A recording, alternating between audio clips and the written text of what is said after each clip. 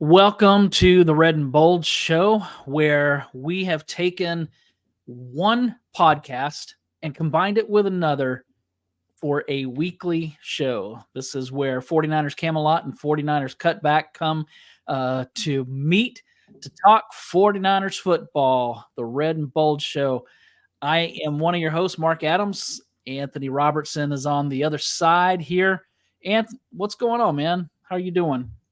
I'm doing well. We are hearing all the leaks about the schedule, so starting to get an idea of what potentially could look like. Of course, most games haven't been confirmed.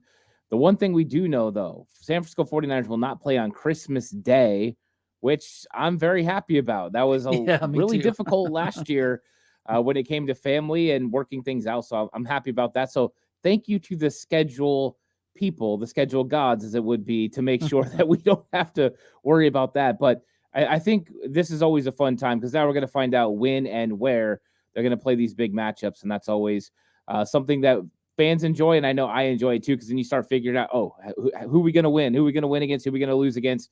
It's always a lot of fun.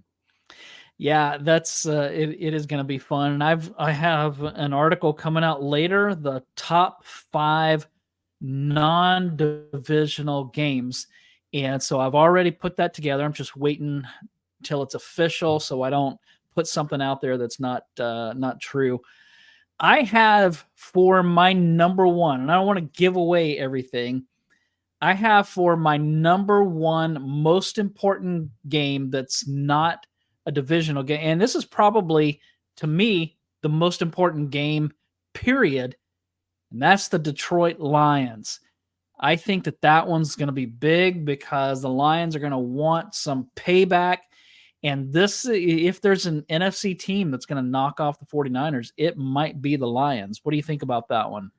Yeah, I mean, right now, I think I've seen it rumored that it's going to be a Monday Night Football matchup in Week 17. It might not get any more huge than that. It could be for home field advantage, but also for that thought of who is the supreme team in the NFC. We don't exactly know how things go. It's always interesting. The season can go every which way. You don't know how to plan about injuries. You don't know how to plan, about just not playing as well, maybe not living up to expectations. But everything about that game screams that it's going to be a tremendous matchup that could be huge for the Lions and for the 49ers. It could be divisional implications. The Lions might need to win that to hold off Green Bay. And also, who's going to win the overall get home field advantage and a bye week?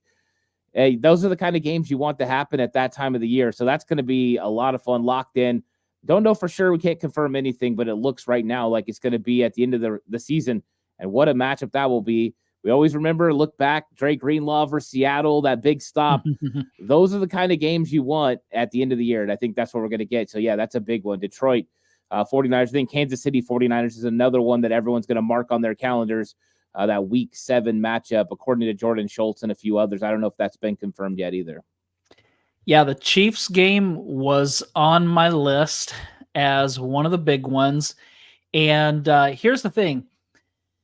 I looked back, and I think 2014, Jim Harbaugh's last season, was the last time the 49ers beat the Chiefs. So we know about the Super Bowl losses, but they can't even beat them in the regular season. We know about Patrick Mahomes, but the 49ers can't beat any Chiefs quarterbacks. That's the way it's been since all the way back to 2014. And really, if you go back even farther, I think that they're like 3-8 against the Chiefs over the last, since like 94, I think it was. So the Chiefs just have the 49ers number. And just like they had, Steve Young had to get past the Cowboys and then had to get past Brett Favre and the Packers. I think that Brock Purdy and the 49ers are going to have to figure out a way to get past the Chiefs. Yeah, and I think it could be a mental advantage for the 49ers if they can get the win. That is a huge thing. The 49ers beating the Cowboys in 1994 kind of put them over the top. Like, we haven't been able to beat this team, but now we did it. We know we can. I think it's going to be huge. It's interesting. It comes on basically the same weekend as it did in 2022. 49ers had just traded for Christian McCaffrey, and then they played the Chiefs. Well, guess what? That's how the schedule is working out this year as well. Same exact weekend. I think last time it was like the 22nd. This time it's the 20th. So this is going to be a huge matchup in the middle of the season. The Chiefs are starting out with some tough games early on. They got the Ravens and they got the Bengals. So we don't know what exactly the Chiefs are going to look like when they get there week 7, but we do know the 49ers need to win that football game, and they need to set the tone for the second half of the season that, hey, we're going to win a Super Bowl. And I don't know if it's going to be the Chiefs in the Super Bowl this time, but I think it would go a big way for the mentality of the 49ers thinking that they can get it done the rest of the season. Yeah, when they beat the Cowboys that in the regular season in 94, the players said that gave them an edge for the NFC Championship game. So Josh said that he thinks the Packers are going to be better than the Lions this year. So going to be, the only thing that we can hope for is that those two beat each other up enough that it helps out the 49ers. I'm not going to give away all of the ones that I put, but I did have the number 5 most important non-divisional game I had was the Monday night opener against the Jets. And the reason that I put that is because of some of the familiarity, like Robert Saleh. There's multiple coaches, multiple players that used to be with the 49ers that are now with the Jets. But I put it just because it's Monday night. The 49ers need to come out and show that they're still the boss of the NFC. They need to beat up the Jets. They need to beat up Aaron Rodgers like they always do in the postseason. And even though they started fast last year, this team under Kyle Shanahan has had a tendency to start slow. And so I think that they need to come out and start fast, be dominant. And I know that Josh said, where did he put this? The 49ers are already 1-0. I'm not going to look past them because it's Aaron Rodgers and that Jets defense is no joke. So I just think that they need to come out and look really good in week 1. I think that's what I'm most excited to see is the 49ers offense led by Brock Purdy, who's now completely healthy, against a Jets defense, like you said, that plays really well with Sauce Gardner out there potentially covering Brandon Ayuk. Just some of the matchups that you're going to see, but also two coaches that are familiar with each other. And we know Jeff Ulbrich is the defensive coordinator, and there was rumors the 49ers really liked Cole Ulbrich potentially to come be their coordinator, which you can't do. It's a lateral move, but there was an interest level there apparently. I think it's interesting because even though Saleh and Shanahan knew each other and coached with each other, they've evolved tremendously from what they looked like when they last worked together in 2020. And I think Saleh's defense is different. I think 49ers offense is different. But I wonder if there's going to be enough of defense from Robert Saleh to be able to stop Kyle Shanahan in this offense, who, if healthy at the time, is going to have weapons all over the place and hopefully able to get those guys the ball. I think that's going to be a fun game. The Aaron Rodgers coming back to San Francisco, it writes itself. This time he's on a grass field, so he shouldn't have any leg injuries, but I think it's going to be a fun one, and the 49ers can start off with a big win over a familiar foe in Aaron Rodgers. Yeah, and Josh brought up, he said Ayuk is going to cook Sauce. Hey, we all remember what Sauce Gardner said after the Super Bowl, and that made me want to punch him in the face because you don't kick a team when they're down, and for him to go on social media and say, yeah, this is, or I don't remember exactly what he said, but he was putting the 49ers down, and then who was it? Charvarius Ward snapped back and told him to keep quiet, that they're not even sniffing the Super Bowl or the postseason or whatever it was. Loved that. And so, yeah, I think that Ayuk is going to cook Sauce. I think that Sauce Gardner is going to be in for a long day. Yeah, it's all fun and games while you're watching it on television. It's not so fun when the guy's lining up in front of you and you gave him motivation, because Brandon Ayuk and the 49ers wide receivers, they live on that kind of motivation. You want to talk trash to them, you're going to have to pay the piper. Every time this happens, the 49ers live up to expectations and go handle the player that did it. So I'm sure the 49ers remember that, and it's easy to get motivated for week 1. Now it's even easier to get motivated for Sauce, and that's the problem. You got to make sure you're ready or you're going to get cooked. And if they can give Brock Purdy some time, the 49ers have the weapons to do some damage in the secondary. I think that's going to be a fun one. I can't wait to get into all the breakdowns once we start getting closer to games. I think it's going to be really exciting because the 49ers have a tremendous roster. They're going to play tough teams, and that's what makes it fun because you're going to have some really cool matchups.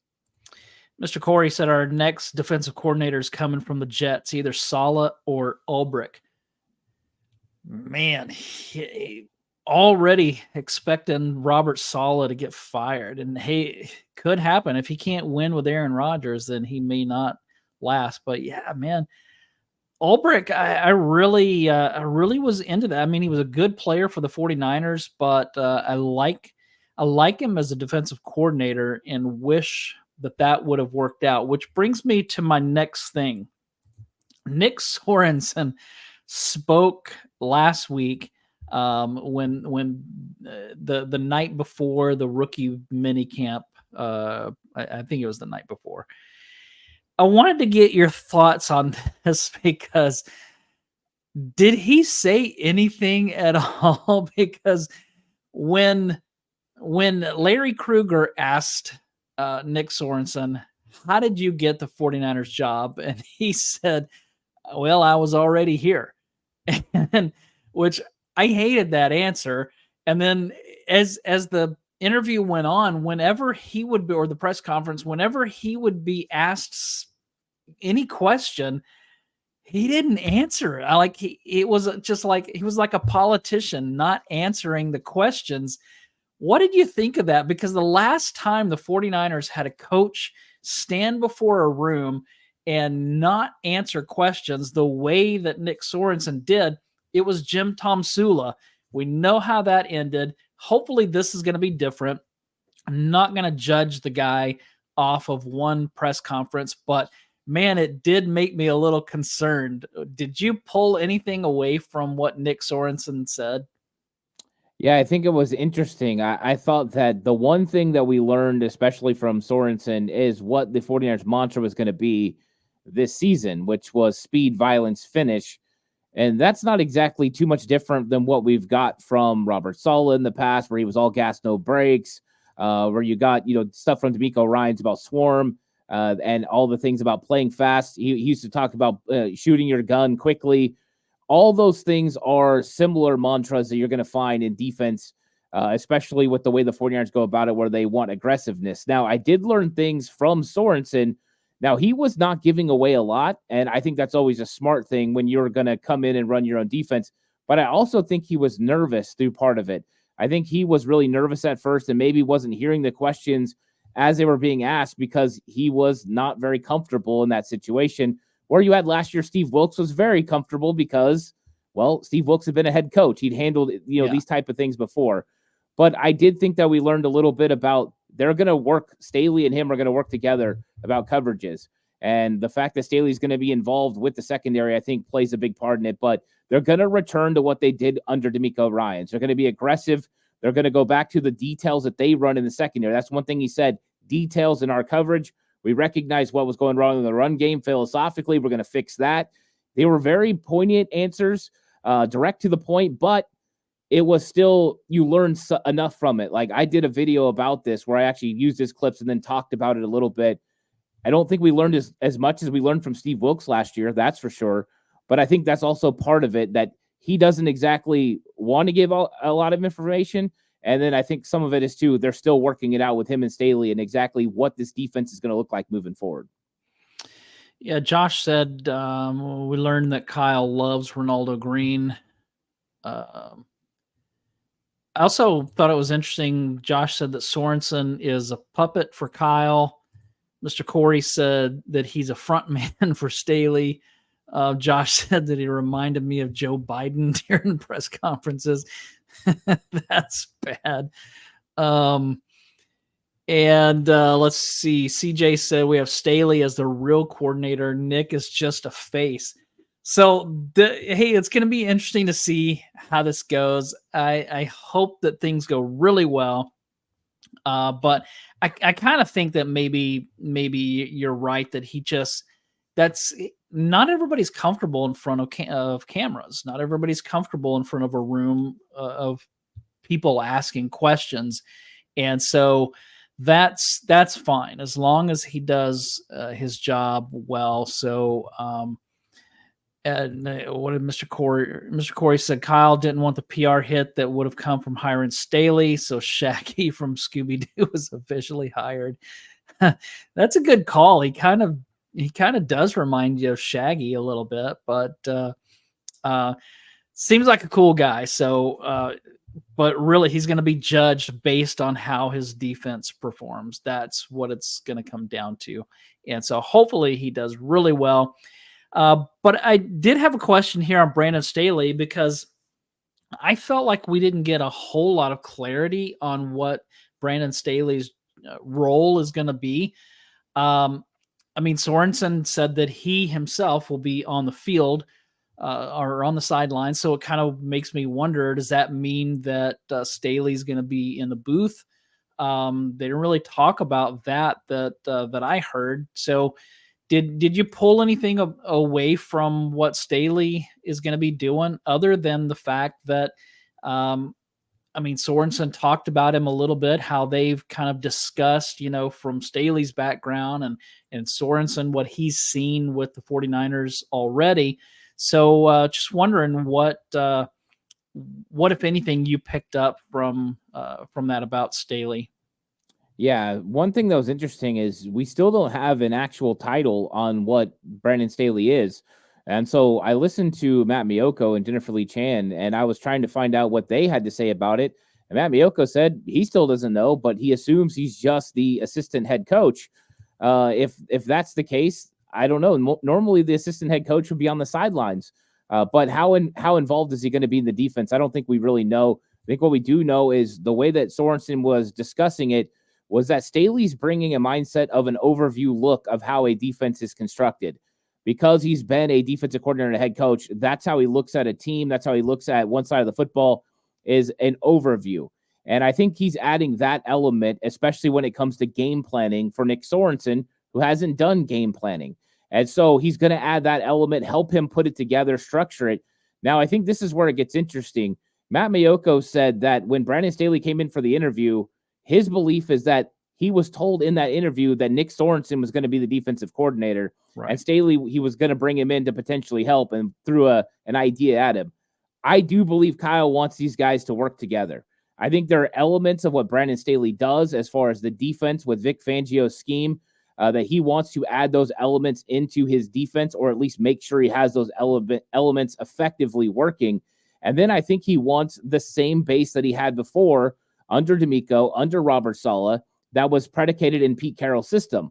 Well, Nick Sorensen was there on ground level when Pete Carroll had the Legion of Boom. So those two guys together, Vic Fangio guy and a Pete Carroll guy, both understand what you do in those systems. So maybe they can put it together to come up with something great, because they do want to evolve. This league continues to change, and if you don't evolve, you're going to fall behind. So I think he's hoping for an evolution, that these two minds together and the two systems they come from can actually create not just greatness in the two systems they run, but also some extra elements that maybe the league hasn't seen yet that could stifle, like Josh brought up, the Kansas City Chiefs, because Staley went against them twice a year and has an understanding of what they do. I think those are the elements they're looking for. So I think this is a complete concerted effort to make sure they get the best possible product and go win a Super Bowl. Yeah, I tend to agree that when you look at Nick Sorensen, who has not been in this position, bringing in a guy like Brandon Staley, who's been a head coach and he has been a defensive coordinator, bringing somebody like him in, whether it's as a sounding board or whatever, maybe he's going to help with game planning. I don't know. I know that when you have job descriptions that aren't defined and you have too many cooks in the kitchen, it can create problems. But that's just what we're seeing behind the scenes. They may have all that stuff worked out, and hopefully they do. In the end, we know that it's Kyle Shanahan's defense, and he's going to be calling some of the shots. So whoever is calling plays or whatever, they're going to be ultimately doing what Kyle Shanahan wants. So hopefully that it will translate into more dynamic defense. Josh said, I'm sure Kyle trusts Staley a bit more than Nick as well. Yeah, I mean, he has to, because unless he's just seen something behind the scenes since Nick Sorensen has been in Santa Clara, it's possible that Kyle, who we know evaluates coaching talent really well, and he may have seen something from Nick that makes him think, man, this guy is going to be really good. So who knows? It's hard to say. They just don't give a lot of information. You know, they have these leaks, and there's the rumor that do you remember during the draft when all of a sudden everybody started saying that Cooper DeJean was going to be the pick, and then it turned out that it wasn't. It was Ricky Pearsall. There are some people, and I haven't heard this from anyone that makes me think this happened, but you probably have heard the rumor that the 49ers put out some things to try and find out who the rat is in the building that keeps letting these things out. Because remember, back in 2017, Kyle Shanahan and John Lynch both said the 49ers leak way too much and we want that to stop. And so when you have some things happening here in recent weeks that made it seem like the 49ers are starting to leak, kind of does make you wonder, are they putting some things out to try and find out that? Do you put anything into that, or do you think that that's just, rumors that people are starting? I don't know. I do think that there's probably a little of something there, because we do know that John and Kyle don't like information getting out. And that's whenever they're dealing with contracts, they even say, hey, we're going to respect the other person and we're not going to put out any information. So if things were starting to come out that would make them look bad as far as their word and being able to deal and work with other people around the league or even their own players, they definitely would do something. I know Kyle, the way I think everyone does, that he has no problems doing that and then approaching somebody about it. So I wouldn't be surprised if they didn't do something like that to try to sniff out a potential leak, because they want to make sure they're always above board. They want to make sure that they do things the right way, whether it's easy in some situations or it's hard. Like when it came to DeForest Buckner or Eric Armstead, they've been very clear about what it actually is. So I think it is a possibility. I can't confirm for sure, but the fact that got put out, and then there was a lot of people that ran with it, that Cooper DeJean was going to be the pick, and then they had to delete their tweets, I think was them trying to figure out where that leak was coming from. Yeah, what they like to do is, remember when they traded DeForest Buckner, that came out of nowhere. When they traded for Trent Williams, that came out of nowhere. That's how they like it, because they feel like it gives them a competitive advantage. So they're not quite Jim Harbaugh, hide the women and children, and we're going to remember how he was, where he was like so secretive. They're not quite like that, but they definitely are pretty well. They don't want things out there. Yeah. Josh said Joe Staley retirement was out of the blue as well. Yeah. So that's kind of how they do things. Whether they would put things out there specifically to try to catch who's, actually, I don't know if they have time for that kind of stuff. So I'm just not sure that I agree with that. How about, man, we've got 300 people in here watching us right now. So thanks everybody for joining us. It's a lot of fun to come in. We've talked all kinds of things. We've talked opening day. We've talked some of the 49ers games. We've talked Nick Sorensen and Brandon Staley.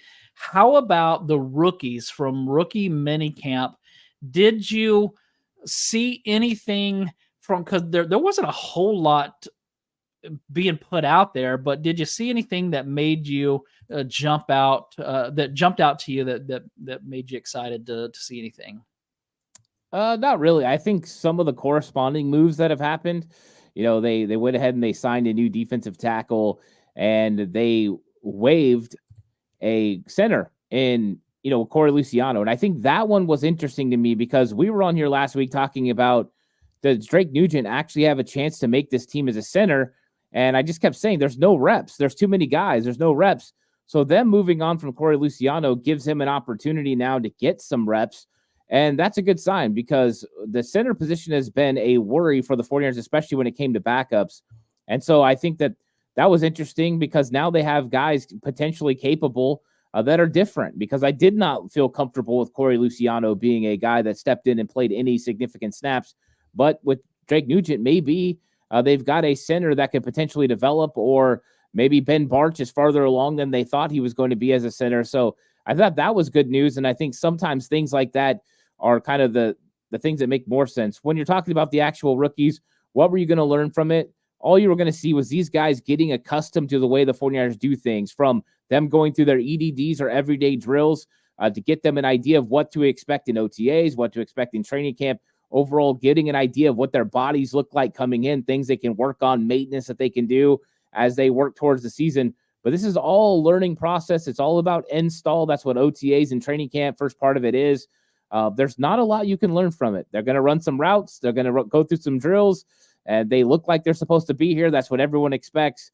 And so getting hung up on anything else is just, it's unrealistic, because it was just last year that Jacour Pearson, who used to play in the XFL, now he's in the UFL, was torching everybody out there running nines, and it came out that he was a 4-3 guy that could potentially make this team. Did not make this team, and he ended up back in the UFL. So you just can't get too hyped about rookies in minicamp, and you can't get too down on them either. It's just the way it is. Yeah, when I was listening to a few different reports or reading a few different reports, there was the stuff like Grant Cohn. He put out that he was a little disappointed in Ricky Pearsall. He felt like he didn't show up in a rookie minicamp that he should have been dominating. But again, it's hard to really say in a rookie minicamp how a guy's going to look. And I'm kind of like you. I don't get too excited if Ricky Pearsall just absolutely obliterated everybody who was guarding him. I don't think I would have been too excited. And if he, according to Grant, he dropped some passes, and I'm not going to get too stressed out over that. I mean, it's his first NFL rookie minicamp, and so it's hard to just put too much into what you see there. Exactly. Well, he got targeted 4 times. You know what I mean? Like, there's just not enough plays for anyone. Right. How can anyone really stand out or not stand out in that amount of time? It's interesting. The better question is, did he run the right route? Did he run the right depth? Was he able to create separation? The result of the play doesn't matter. A coach doesn't care. Now, if he drops it, then the coach will care. But if it's a play that he ran the right spot and got where he's supposed to be, the ball got thrown away, that's not how they evaluate. Hey, you were at your spot when you're supposed to be, and that's what's important. Yeah, I think that some of the things that he was saying is that he didn't seem to. I'd have to go back, but I feel like he was saying that he was struggling to get open. But again, it's hard to. I mean, I don't know. I mean, the guy that I did keep hearing good things about was Renardo Green, your guy from Florida State. Sounds like he was physical, that he was where he needed to be, and everything that I saw on him was really good. Yeah, that's what you expect. A guy like Renardo Green, I mean, he plays physical, and he's going to pull, he's going to yank on people, he's going to body them. That's what he does. And so this type of situation, especially 7-on-7, was made for him. The adjustments that you make in the simple route schemes right now, you'll understand the concepts.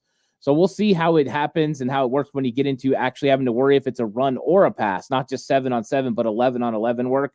But yeah, I'm excited about Renardo Green and all those guys, because I think they've got potential to help this football team out this year, some of them. And I think that's ultimately what you're hoping you're going to get. You always hope to get 3-4 starters out of every draft class. Maybe the 49ers get a couple that can actually contribute to the team this year. Wanted to get to a couple of comments and questions here. Josh wrote, excited for Jarrett Kingston. Look, I think that Josh knows his stuff. I mean, he joined us when we were doing PSF. He would join us for the games, and I always liked Josh would call it. He would say, we need a Brandon Ayuk catch right here, and then it would happen. So I always thought that was fun. Jarrett Kingston was my least favorite draft pick. But I'm excited to see that Josh is excited because I feel like Josh knows his stuff. What do you think about Jarrett Kingston? We really haven't talked about him a ton because he was one of the lower picks, and I wasn't super excited, but I also don't know a ton about him. So if you're Josh and you're having to make a case of why I should be excited for Jarrett Kingston, tell me why I should be excited about that signing. It's elite athleticism. He was one of the top tackles as far as measurements, as far as speed, agility, all those things you could possibly want in the draft. I think he was third best. So that's impressive. But I think when you're looking at him, you're looking at a guy that had a tremendous amount of pass blocking snaps at Washington State. I mean, he played there, and that's all they did for his first 2 years. Then he goes to USC, and he gets a little bit more involved in the run game. So he's a developmental run blocker, but a guy with tremendous strength, tremendous agility. He looks like a guy like Jake Brendel that can get to the second level consistently. The question will be, can Kingston hold those blocks? If he can, he's got the potential to be a really good player for the 49ers. I don't know if they'll move him to center. They could. That's what his athletic profile tells me. This is a Jake Brendel type guy that could probably maybe be better than Jake Brendel. And so ultimately you're betting on upside, but there's a tremendous amount of a lot of athletic ability there. And if you can train up the technique and get it to where he's supposed to be, he might be a developmental player that can help you down the road. All right, here's another one from John Nevels. How big do y'all think KJ Wright influence will be on this defense from a coaching standpoint? We were excited about this signing. How do you think KJ Wright's going to impact this defense? I think it'll help, to a point. I think that you look at Hollins, and Johnny Hollins is going to be the main cog and that consistent voice. But KJ Wright is going to bring some understanding of what you're supposed to do within the defense. I mean, the type of defense the 49ers ran under Sala and D'Amico, he ran with Pete Carroll. So he has a complete understanding of linebacker responsibilities. He's been in the league, not too long ago, so he still understands a lot of the offensive coordinators around. He can give little tips on things that he sees on film and the way he attacks it. So I do think he'll add things. I think the more consistent voice is going to be Johnny Hollins, but I do like KJ Wright, and I think that he could eventually end up being a linebacker coach of the future for the 49ers if he doesn't go ahead and get another job somewhere else earlier. But this is a solid move, and I think the 49ers players are going to be able to relate to him because he was a player, and then ultimately pick up little pieces to the game that he can add. Added perspective is always needed in the rooms around the league. Josh said Malik Mustafa could make an immediate impact as well. I really like this pick. We've talked about it a lot. Do you have any concerns, though? Because it seems like Mustafa is more like Hufanga and Jair Brown. So if they're bringing in these guys that to me, the untrained eye that I have, it seems like all three of them are more like strong safeties. Does that matter with this defense, or do you need a true free safety in there? I don't think you need a true free safety the way that the league is going. I think you have to have a guy that can cover the deep third. Jair Brown showed that he's able to do that. I think Malik Mustafa showed on film at Wake Forest that he can do that as well. You got versatile players that can handle it. And so I think the 49ers are comfortable with the guys they got. All you have to have is instincts. You don't have to have as much speed. So even though you're built like a strong safety, as long as you're in the right spot at the right time, you're going to be fine. And the one thing about each one of those safeties is they're all football smart. They all understand their responsibilities, where they're supposed to be. They understand drops when it comes to quarterbacks, which will help you get your distance you need to go. They understand route concepts. That way they know which half of the field or where they're supposed to be. If they're in the deep third, where they're supposed to roll over or drop or jump up on a route, whatever they're supposed to do. There is a lot of understanding of what they're supposed to do. And so they're valuing intelligence and football IQ over just speed. And I think that goes a long ways in helping these guys get in the right spots at the right time.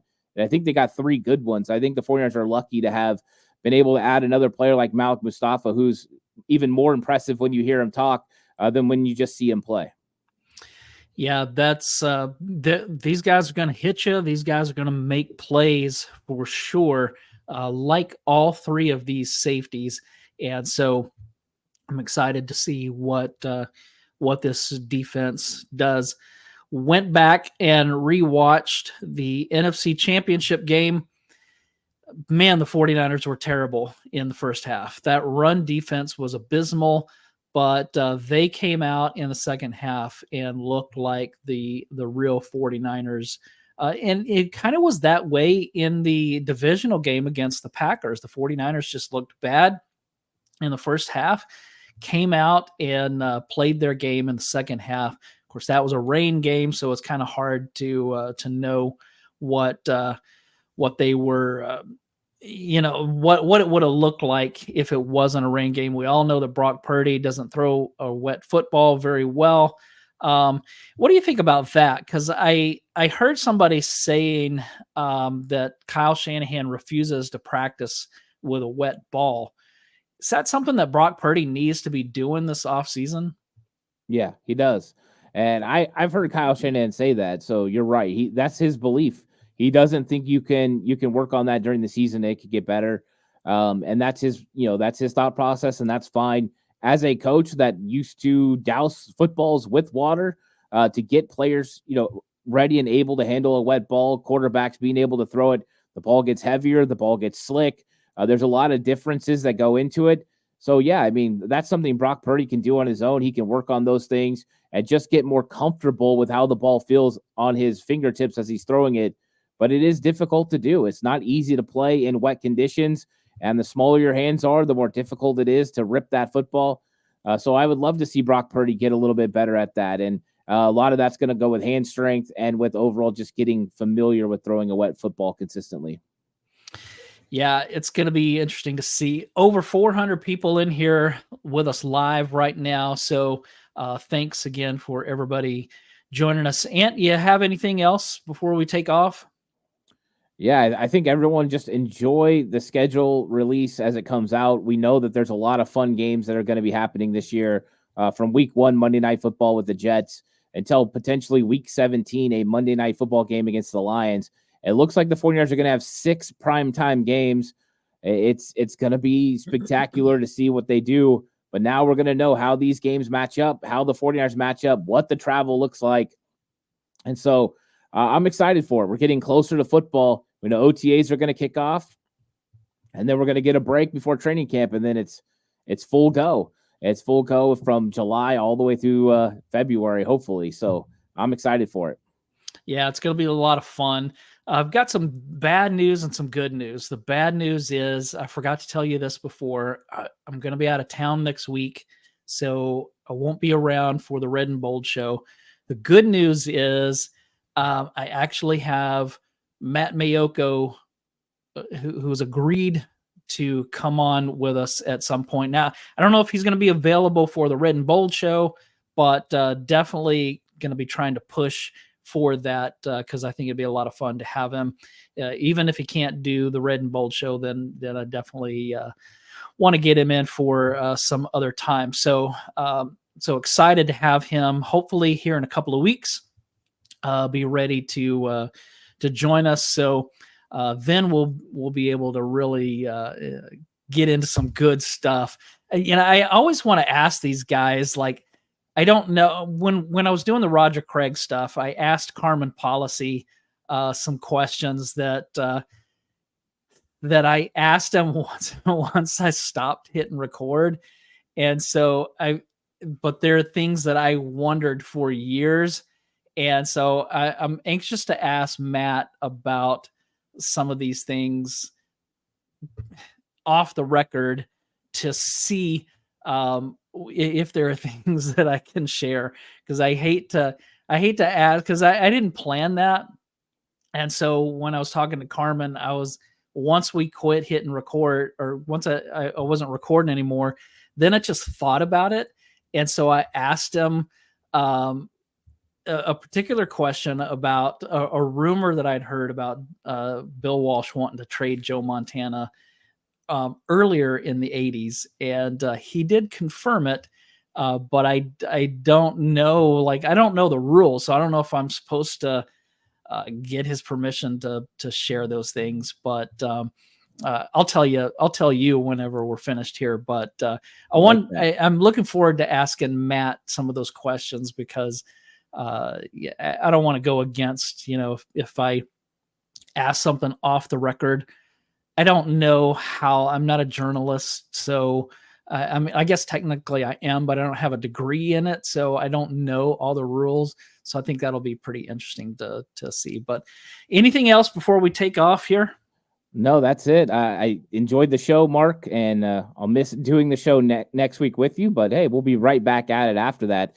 And the thing is we appreciate everyone that's coming through. Thanks so much. Make sure you like and subscribe to both the channels, 40 Yards Cutback and also 40 Yards Camelot. Mark's doing a great job. We need to get this guy a lot more subscribers. So I hope you guys will hop over there. If you're watching on 40 Yards Cutback, do that. If you're watching on another platform, go ahead and add Mark on YouTube. It means a lot and it helps him out. He's doing great work, and we're enjoying this. So thanks everyone for coming through, just like always. And, we're hoping to keep building this thing all the way through the season. Yeah, it's been fun, everybody. So thanks for joining us. We'll be back in 2 weeks. You can find Ant all throughout the week. He's always putting out stuff. And so make sure that you check out what he's doing as well. Everybody have a great rest of your week. We'll see you back in a couple of weeks.